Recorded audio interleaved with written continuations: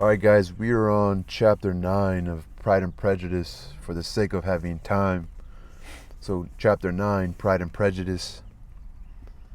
Elizabeth passed the chief of the night in her sister's room, and in the morning had the pleasure of being able to send a tolerable answer to the inquiries which she very early received from Mr. Bingley by a housemaid, and some time afterwards from the two elegant ladies who waited on his sisters.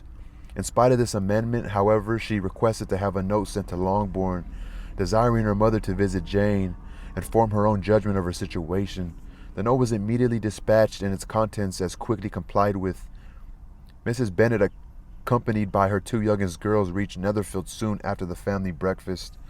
Had she found Jane in any apparent danger, Mrs. Bennet would have been very miserable, but being satisfied on seeing her that her illness was not alarming, she had no wish of her recovering immediately, as a restoration to health would probably remove her from Netherfield. She would not listen therefore to her daughter's proposal of being carried home. Neither did the apothecary, who arrived about the same time, think it at all advisable. After sitting a little while with Jane on Miss Bingley's appearance and invitation, the mother and three daughters all attended her into the breakfast parlour. Bingley met them with hopes that Mrs. Bennet had not found Miss Bennet worse than she expected. "Indeed I have, sir," was her answer. "She is a great deal too ill to be moved. Mr. Jones says we must not think of moving her. We must trespass a little longer on your kindness." "Removed!" cried Bingley. "It must not be thought of. My sister, I am sure, will not hear of her removal." He's like, "You're not trespassing," pretty much. "You may depend upon it, madame," said Miss Bingley with cold civility, "that Miss Bennet shall receive every possible attention while she remains with us." Mrs. Bennet was profuse in her acknowledgments. "I am sure," she added, "if it was not for such good friends, I do not know what would become of her, for she is very ill indeed, and suffers a vast deal, though with the greatest patience in the world, which is always the way with her, for she has, without exception, the sweetest temper I ever met with. I often tell my other girls they are nothing to her. You have a sweet room here, Mr. Bingley, and a charming prospect over that gravel walk. I do not know a place in the country that is equal to Netherfield. You will not think of quitting it in a hurry, I hope, though you have but a short lease." "Whatever I do is done in a hurry," replied he, "and therefore if I should resolve to quit Netherfield, I should probably be off in 5 minutes. At present, however, I consider myself as quite fixed here." "That is exactly what I should have supposed of you," said Elizabeth. "You begin to comprehend me, do you?" cried he, turning towards her. "Oh, yes, I understand you perfectly." "I wish I might take this for a compliment, but to be so easily seen through I am afraid is pitiful. That is as it happens. It does not necessarily follow that a deep, intricate character is more or less estimable than such a one as yours." "Lizzie," cried her mother, "remember where you are, and do not run on in the wild manner that you are suffered to do at home." "I did not know before," continued Bingley immediately, "that you were a studier of character. It must be an amusing study." "Yes, but intricate characters are the most amusing. They have at least that advantage." "The country," said Darcy, "can in general supply but few subjects for such a study. In a country neighbourhood you move in a very confined and unvarying society. But people themselves alter so much that there is something new to be observed in them forever. But people themselves alter so much that there is something new to be observed in them forever." "Yes, indeed," cried Miss Bennet, offended by his manner of mentioning a country neighbourhood. I assure you there is quite as much of that going on in the country as in town." That's what Mrs. Bennet said. Everybody was surprised, and Darcy, after looking at her for a moment, turned silently away. Mrs. Bennet, who fancied she had gained a complete victory over him, continued her triumph. "I cannot see that London has any great advantage over the country for my part, except the shops and public places. The country is a vast deal pleasanter, is it not, Mr. Bingley?" "When I am in the country," he replied, "I never wish to leave it, and when I am in the town, it is pretty much the same.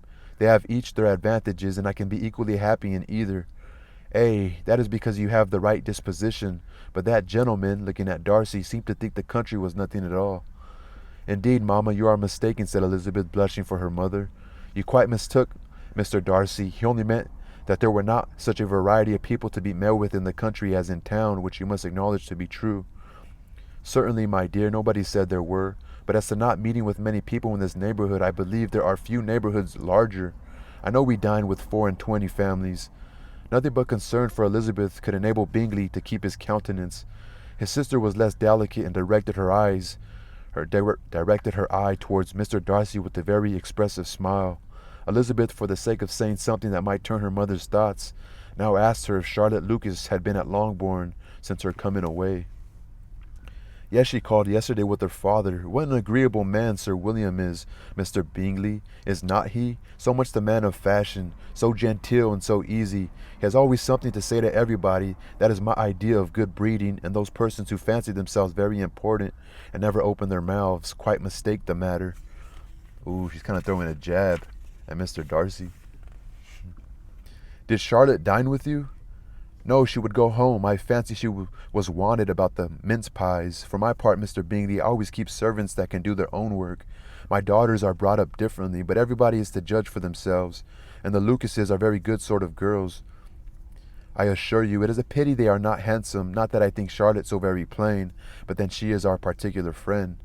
She seems a very pleasant young woman, said Bingley. Oh, dear, yes, but you must own she is very plain. Lady Lucas herself has often said so, and envied me Jane's beauty. I do not like to boast of my own child, but to be sure, Jane, one does not often see anybody better looking. It is what everybody says. I do not trust my own partiality. When she was only 15, there was a gentleman at my brother Gardiner's in town, so much in love with her that my sister-in-law was sure he would make her an offer before we came away. But however he did not, perhaps he thought her too young. However, he wrote some verses on her, and very pretty they were. And so ended his affection, said Elizabeth impatiently. There has been many a one, I fancy, overcome in the same way. I wonder who first discovered the efficacy of poetry in driving away love. I have been used to consider poetry as the food of love, said Darcy. Of a fine, stout, healthy love it may, everything nourishes what is strong already. But if it be only a slight, thin sort of inclination, I am convinced that one good sonnet will starve it entirely away. Darcy only smiled, and the general pause which ensued made Elizabeth tremble, lest her mother should be exposing herself again. She longed to speak, but could think of nothing to say, and after a short silence Mrs. Bennet began repeating her thanks to Mr. Bingley for his kindness to Jane. With an apology for troubling him also with Lizzie, Mr. Bingley was unaffectedly civil in his answer, and forced his younger sister to be civil also, and say what the occasion required. She performed her part indeed, without much graciousness, but Mrs. Bennet was satisfied, and soon afterwards ordered her carriage. Upon this signal, the youngest of her daughters put herself forward. The two girls had been whispering to each other during the whole visit, and the result of it was that the youngest should tax Mr. Bingley with having promised on his first coming into the country to give a ball at Netherfield. Lydia was a stout, well-grown girl of 15, with a fine complexion and good-humored countenance, a favorite with her mother, whose affection had brought her into public at an early age. She had high animal spirits and a sort of natural self-consequence, which the attentions of their officers, to whom her uncle's good dinners and her own easy manners recommended her, had increased into assurance. She was very equal, therefore, to address Mr. Bingley on the subject of the ball, and abruptly reminded him of his promise, adding that it would be the most shameful thing in the world if he did not keep it. His answer to this sudden attack was delightful to their mother's ear. I am perfectly ready, I assure you, to keep my engagement, and when your sister is recovered, you shall, if you please, name the very day of the ball. But you would not wish to be dancing while she is ill. Lydia declared herself satisfied. Oh, yes, it would be much better to wait till Jane was well, and by that time most likely Captain Carter would be at Meryton again. And when you have given your ball, she added, I shall insist on their giving one also. I shall tell Colonel Forster it will be quite a shame if he does not.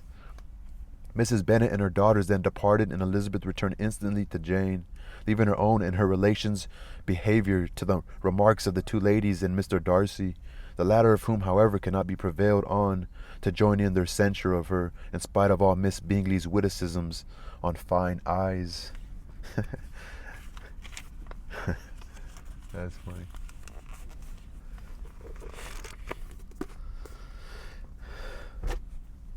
So I don't know, there's gonna be some sort of drama, like is this a drama, is this a tragedy? I don't know. Sometimes when an author writes a novel that they have like a deep relation to, or it really has to do with something that's close to home that they can actually relate to. Sometimes it's just a story and it's very dull. I like the way she writes, because she's English, but it could be a little dull, Peace.